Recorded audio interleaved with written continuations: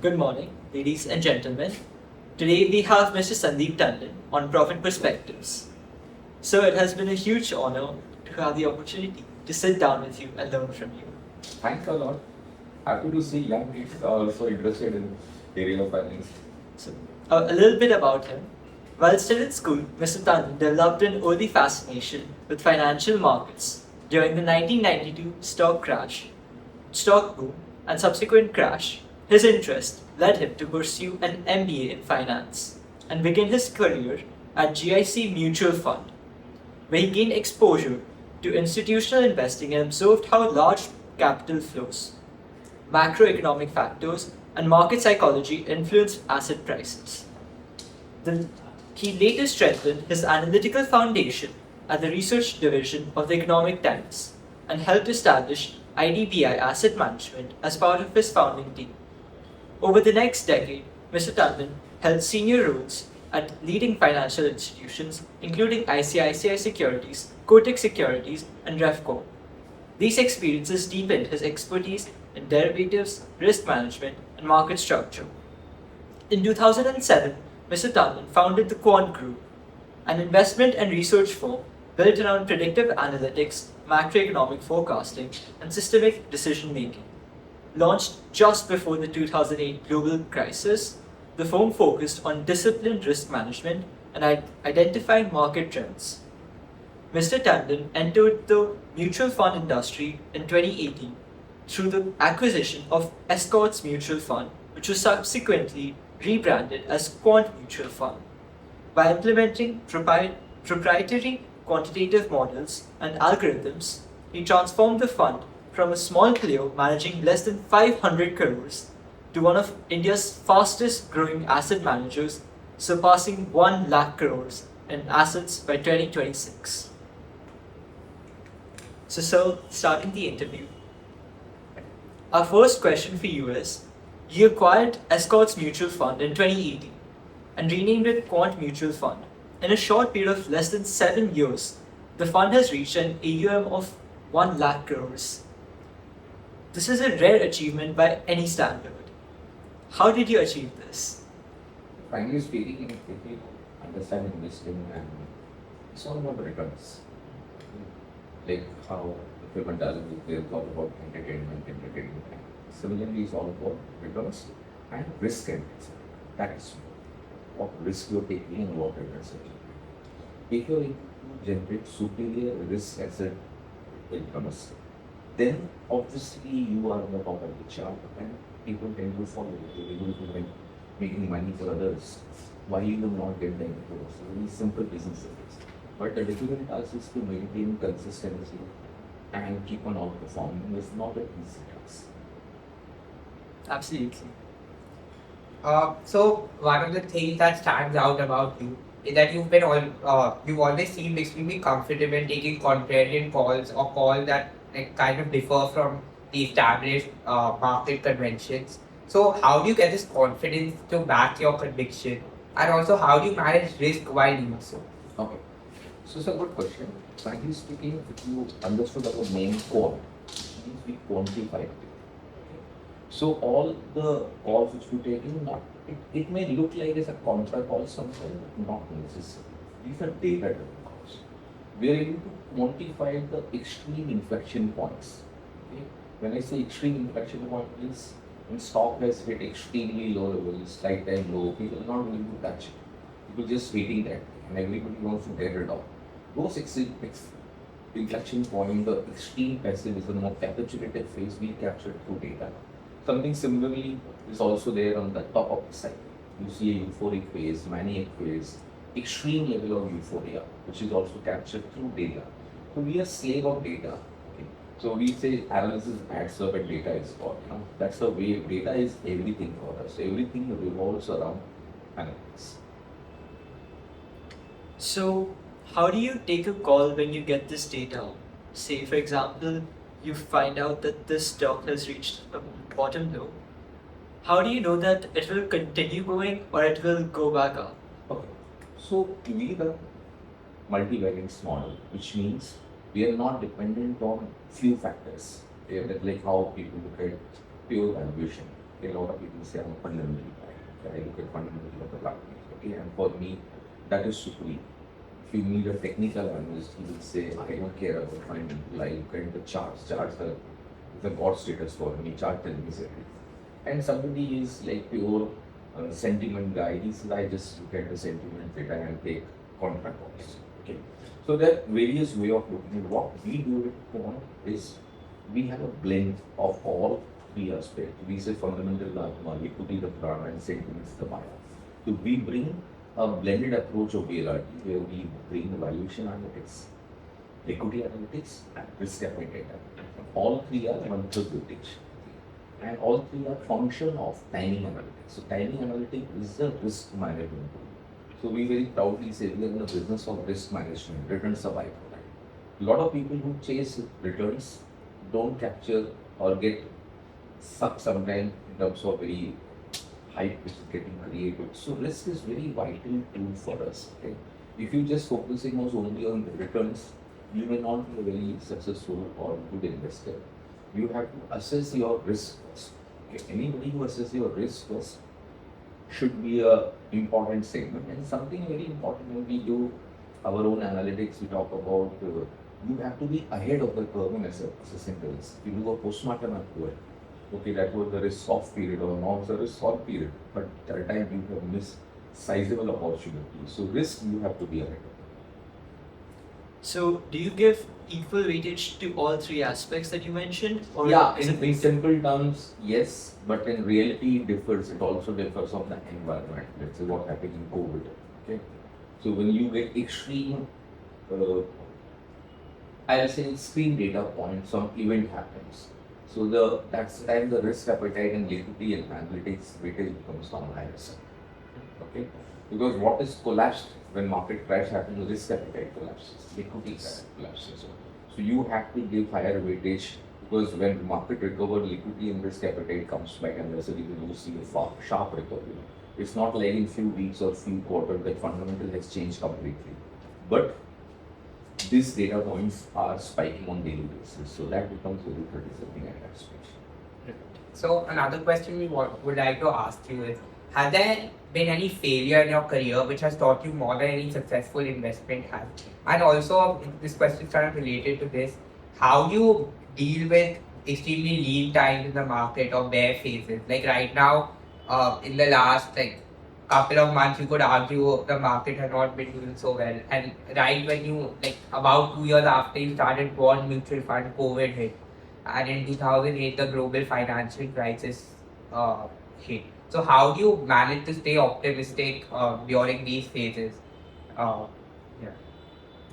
So the way I look at it, that failures, it's a continuous part of the journey.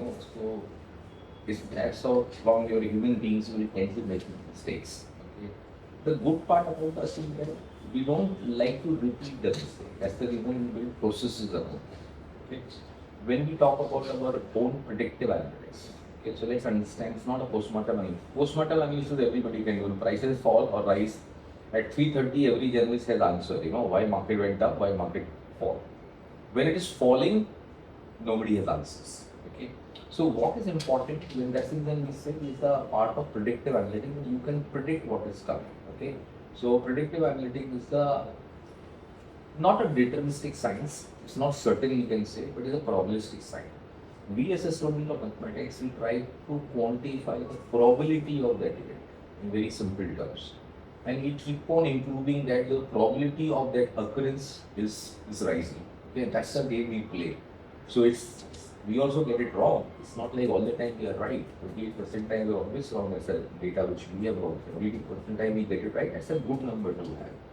But sometimes you are wrong, you are badly affected also. So you have to understand that every move you will not get it right. Okay? Like COVID happened. Nobody has visualized something like biological war will play out. Now it's happening. Next time it happens, people are more prepared. Okay. Now AI revolution is going on. When initial phases, people didn't know how to react. Okay. So all the services companies are impacted, and anything which is AI or doing some analytics or some related to data center, everything has gone to the okay, without understanding whether the numbers will come or not. So that's a period when you don't get opportunity to react. the market always overreact on both the sides. Okay, on the positive side also they overreact, and the negative side also. Right, and that's the reason when we talk about analytics, it's all about how well you can segregate the narratives from the reality. Market is all about narratives. Yes. Everybody has his own narrative. Media houses have a narrative, analysts have narrative, corporate houses have their own narrative, money managers have their own narrative. So everybody has biases. Okay. So these biases, if I have a position, I will talk accordingly. If somebody does not have a position, he will talk differently. Okay. So all these narratives are important to filter the reality to be very different. And that's the way the role of analytics was quant was the very important. So, when you say that, I wanted to ask you about the company house specifically. If you had to choose between the intent of a promoter and the ability of a promoter that you had, which one would you choose and why? See, intent comes first. If the intent is to cheat, okay, all crooks are very intelligent. Okay, their ability is very, very high. Okay, they can only visualize and they can execute something which normal people will not do. So they are intelligent people, it means they have abilities. The first priority is on intent. We try to understand that the intent of a promoter, whether it's from a shareholder perspective or is only from his or her own needs. So intent is first, ability comes.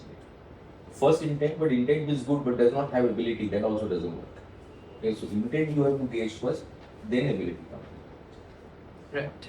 And also, you've been writing many books, such as the one kept on the table here. And many of your predictions about the world economy and the markets have been historically correct. So, can you tell us? So, you've spoken about predictive analysis. Can you tell us how you make these predictions, and also a little about your quant model? So, in very simple terms, we are students of cycle analytics. We are students of weather analytics. You can think of any data point, you try to capture that. And let's say talk about today right now in the month of June, July, you always worried about monsoon. Okay, everybody is worried right now. The monsoon has not arrived in Bombay. Distributions are there. El Nino forecast is there. So weather conditions play a very important role. Okay, now people tend to forget weather. Okay, when we have not seen anybody doing analytics around that. Only few macro houses do it. Okay, where the forecast or somebody is dealing with risk will get into that part. Okay. But as a generally market participant or as most of the fund houses will not focus on the environmental condition. It's a good to understand and know, but they don't factor. So we as a house try to capture anything and everything which affects markets. Okay, whether you talk about volatility, volatility is invisible and you make your best friend. People are scared of volatility. People say, let markets just settle down. I will buy 5% higher, but I don't want to participate now. It's a volatility. But if you understand volatility, you can take advantage of the situation. Okay? We actually say we thrive on it. We love it. It gives you the opportunity to encash on higher levels and give you opportunity to rebuild your position at lower levels. So it's an important subject. So if I have to summarize our skill set is it's a combination approach.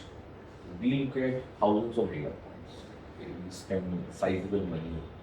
It's more than $20 million building our own skill. Over a period of time, we have learned something. Okay? And what is we have learned? When multiple data points are skewed on one side, we take aggressive call. Okay, like if you recollect your kindergarten days of okay, first you have this drawing books, you have dots. Okay, and you connect the dot, the picture emerges. Okay, as you grow up, you start playing with the building blocks. So you try to create out of nothing, you create a structure. Right? This is exactly in simple terms what we do. There are multiple variables available in the market. You connect those variables and see how the picture emerges.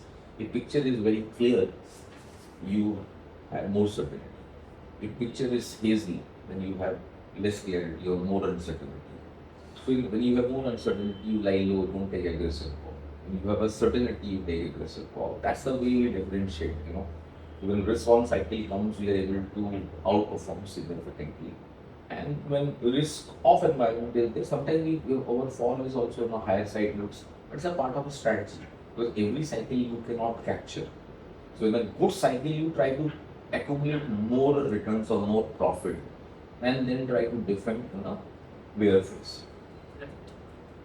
So I had heard this one quote somewhere.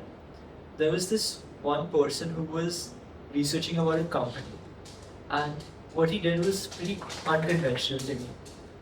Instead of going on the stock prices and checking, but this was an oil company, so instead of going on the stock price and checking what it was, he launched a satellite into space and he checked whether the how much the oil rigs were moving in that company to see whether the oil was flowing through or not. So do you do something similar? We don't do something like this, but people who do this sort of activities or people who publish various tracking data, we capture that. Okay? Because we don't have any capability of doing this sort of work. Okay? And frankly speaking, it has its own legal challenges. Okay, you cannot do anything like this. A, the very expensive affair. B, it is better we subscribe. Let's say we spend $1 million on data analytics, we subscribe all of this. So whoever is capturing these data points, data is available. It is available at a price. So if you are willing to pay a price, then it helps you. Otherwise, newspaper will write after the event is over, there is a time it has no relevance. So as you rightly said, we do all of us think that data is becoming the new oil in this generation. So going forward, as India grows, what role do you think AI would play in this scenario? So AI will play a very important role. Let's say we are overloaded of information. Okay, we are overloaded of data.